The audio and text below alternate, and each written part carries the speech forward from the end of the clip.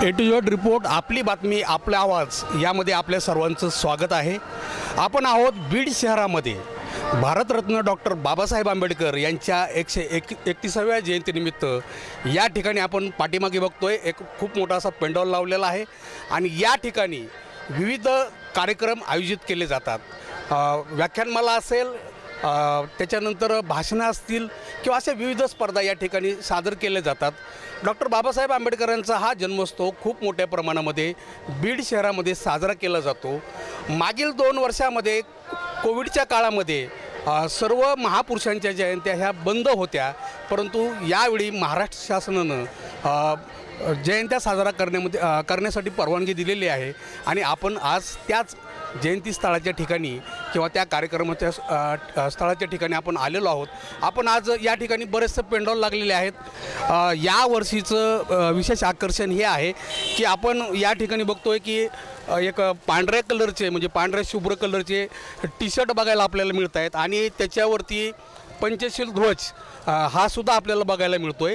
आपण ह्या दादांशी बोलणार आहोत। दादा, मला सांगा, आपला हा स्टॉल आपण किती दिवसापासून इथे लावलेला? साधारणतः इथं 8 दिवसापासून आहे आमचा स्टॉल। यावर्षी थोडंसं चांगला प्रतिसाद आहे आणि चांगल्या पद्धतीनं ते विकत आहेत। बरेच लोकांची मागणी होती, त्याच्यामुळे त्या मागणी खातरच आम्ही हे मागवलेले आहेत आणि लोकांपर्यंत ते पोहोचवावा असा उद्देश आहे। आपण बघतो या ठिकाणी तथागत गौतम बुद्धांच्या मूर्त्या आपल्याला बघायला मिळत आहेत, बाबासाहेबांच्या मूर्त्या आपल्याला बघायला मिळत आहेत आणि अतिशय सुबक अशा मूर्त्या आपण या ठिकाणी बघतोय।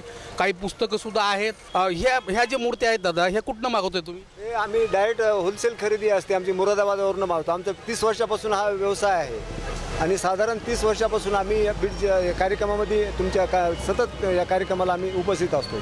8-8, 10-10 दिवस या ठिकाणी आम्ही येऊन एक समाजाची सेवा व्हावी, लोकांपर्यंत घराघरात बुद्ध आणि बाबासाहेब पोहोचावे, कायद्याची पुस्तकं पोहोचावे, बुद्ध त्याचा धम्म हे सगळे पोहोचावे म्हणून आम्ही या ठिकाणी प्रयत्न करत असतो। घराघरामध्ये बाबासाहेब आणि तथागत गौतम बुद्धांचे विचार पोहोचावे हा उदात्त हेतू घेऊन हे दादा या ठिकाणी ह्या मूर्त्याचं म्हणजे विक्रीचं एक छोटासा स्टॉल लावून इथं बसत आहेत। आपण पुढे काही लोकांना भेटणार आहोत।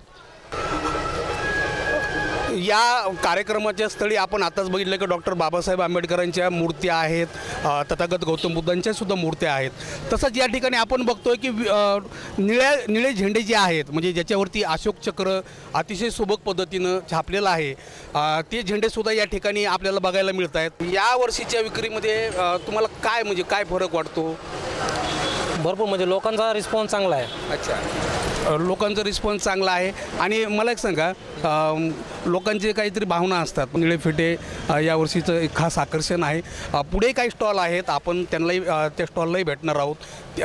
अनेक पुस्तकांचे स्टॉलसुद्धा आपल्याला या ठिकाणी बघायला मिळत आहेत। शेख साहेब, मला सांगा, आपण किती वर्षापासून हा स्टॉल लावत आहे? मी 2013 पासून लावतो। 2013 पासून स्टॉल लावलेला असताना मागील 2 वर्षामध्ये कोरोनाच्या काळामध्ये महापुरुषांच्या जयंत्या बंद होत्या, यावर्षी परवानगी दिलेली आहे। काय अनुभव आहे या वर्षीचा? खूप उत्साह आहे लोकांमध्ये।